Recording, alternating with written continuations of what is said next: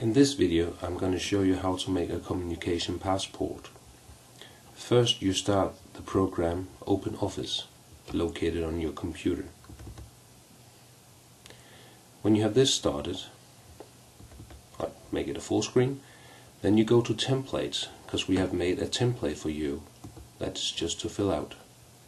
Then you press templates here, it looks like this, and then you double click My Templates, and here you see a communication passport.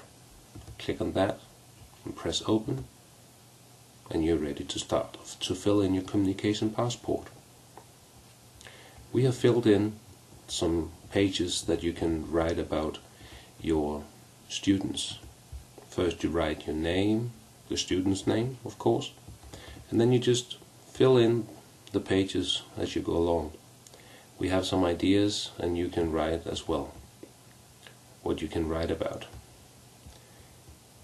Here with All About Me, of course we want a picture of the student instead.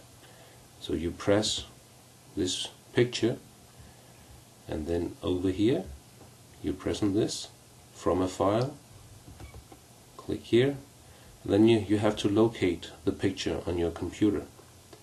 I just take a test thing I had downloaded. It's a nice smiley. Click on that and press open. Then we have it, the picture you have chosen instead.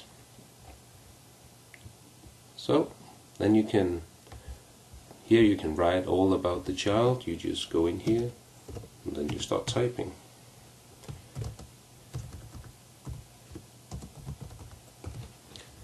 When you're finished, you click here for saving, and then you give it a title. You could call it Communication Passport for Jesper, for instance, or the student's name, and then you locate the place on the computer you want to save it, and you press, it's called gem in Danish, but you press save. Alright, and now you have made the communication passport.